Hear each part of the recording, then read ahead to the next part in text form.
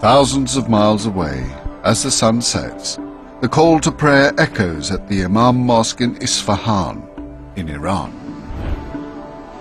حي على الصلاة حي على الصلاة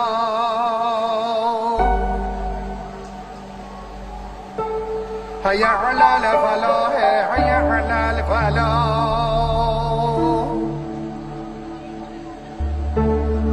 When this mosque was built, it was the most impressive building in the Persian Empire. As you can see, it's a quiet, peaceful place to say your prayers, and there's history. You feel like thousands of people before you have said their prayers here, and then you feel that connection with them. You feel like you are sitting on the same stones that other Muslims sit. You're saying your prayers, you're saying the exact same sentences they said, and you're talking to the same God they said. So it gives you like a unity and to eternity. You feel like you're connected to the future and the past. It is a building which encapsulates how the life of the mosque performs multiple roles, in addition to being a place of worship.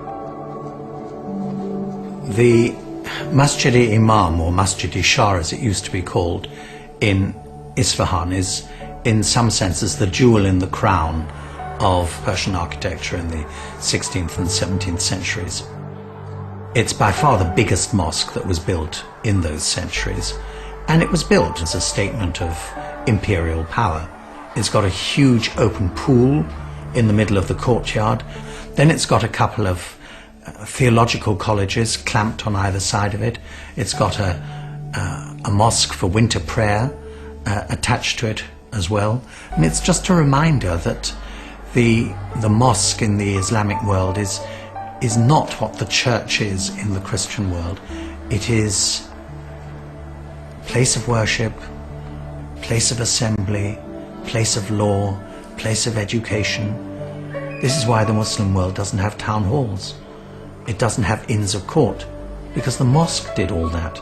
The mosque was a community center, and a mosque like this one is a reminder of that.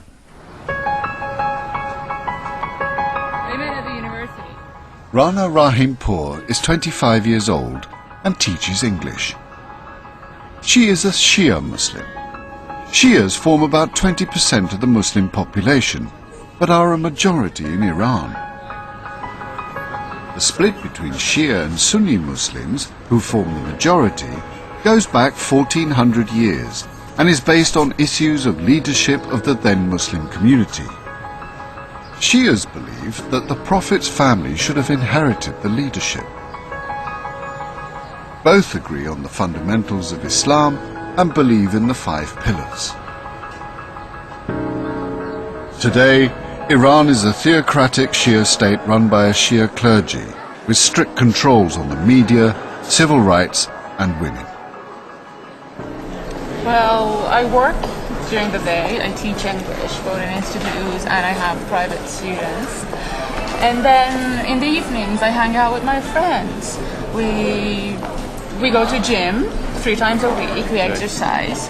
We do mountain climbing once a week on the weekend. We also go to concerts, cinemas, we have coffee together, we go to restaurants, they come to my place, I go to their place, like any other young people all around the world. And we do have opposite-sex friends because we go to the same universities together. As long as you're a mature person, you know how to handle a situation with all different type of people. So I don't feel any pressure personally. But you need to cover your hair. Yes, yeah, but that's okay. That's the way we are all the time. Yeah. So we're used to it. Yeah, it's okay. It's not a problem for us. But you don't have no choice in it. Of course we have the choice. Yeah, in my country it's obligatory because of the rules. But at the end, when you go to home, it's up to you what you want to wear. So still you have the choice in your personal life how you want to live. Yeah. But socially speaking, there's no problem with it. Politics and religion are mixed up in Iranian life. Rana, like many other young Iranians, tries to keep a fine balance between them, trying to keep religion a personal matter. I think it's a religion of peace. Maybe there have been some wrong views of it, but it is a religion of peace. It's a religion of calmness, if we get the true spirit of it. It advises to be patient, but unfortunately some people have forgotten that at the moment. It gives you hope. It's full of hope, in my opinion, and that's why I'm in love with it. Some of Rana's Shia beliefs and practices set her apart from the majority Sunni Muslims, but her faith in the fourth pillar of Islam, fasting in the month of Ramadan, is shared by all Muslims. Well, I like Ramadan because I feel like I'm doing something that God wants me to do. You want to eat, the food is there, the water is there, but you don't do it simply because God asked you to do that. It's not easy, of course it's not easy. It's just like stopping yourself from doing something you like to do because your God wants you to do that. And that's why I like it. The month of Ramadan during the lunar calendar, it's really important. It's the 9th month of the lunar calendar according to the Islamic tradition, and it is where, for the Muslims, first the Quran was revealed. So this is a month of reading and coming back to the text. The second is really where the Muslims are worshipping much more. So they are not drinking, not eating, but at the same time during the night they are praying much more than during the normal life. So this is also a spiritual commitment. It's quite demanding, in fact, and many Muslims at the end of the month are very tired because it's very demanding on the spiritual ground and in everything that you have to do.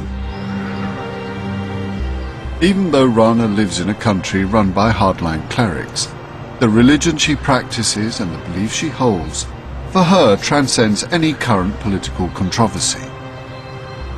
In the same way, the building Rana worships in stands as an elegant tribute to the timeless rituals of Islamic faith.